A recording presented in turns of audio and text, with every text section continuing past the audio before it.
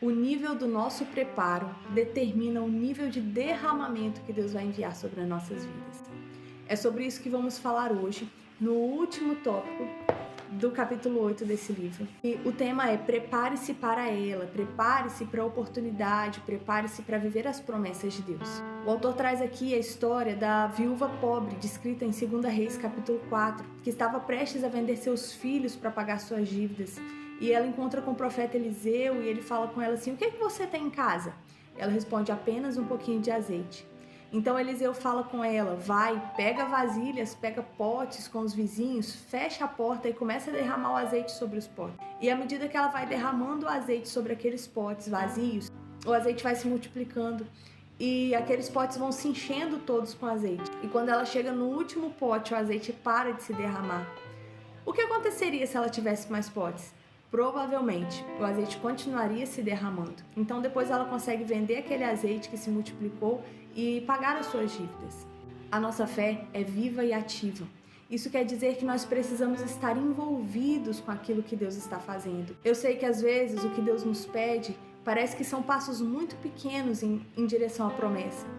Mas nós precisamos cumprir os passos pequenos para que possamos chegar no alvo, no objetivo que precisamos.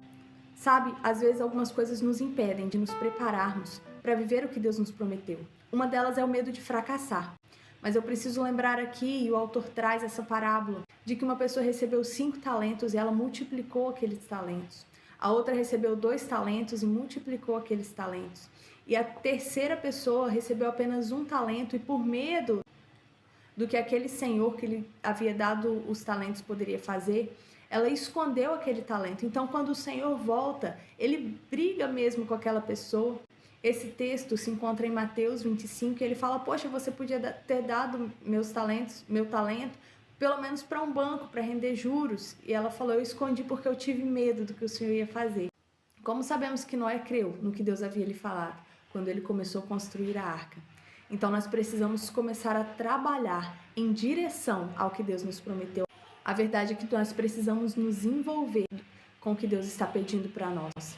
E para finalizar, eu quero ler aqui o finalzinho desse capítulo que diz assim: vá atrás das coisas que Deus falou a você, mesmo que seja assustador. Não deixe que o medo te paralise por meio daquilo que Deus disse a você. Você não é tão frágil quanto imagina. Que Deus nos abençoe, nos dê coragem para dar os primeiros passos, porque são os mais difíceis, e que Ele nos dê coragem para caminhar em direção à sua promessa, aos seus propósitos para a nossa vida, que nós possamos cumprir aquilo que o Pai já nos confiou.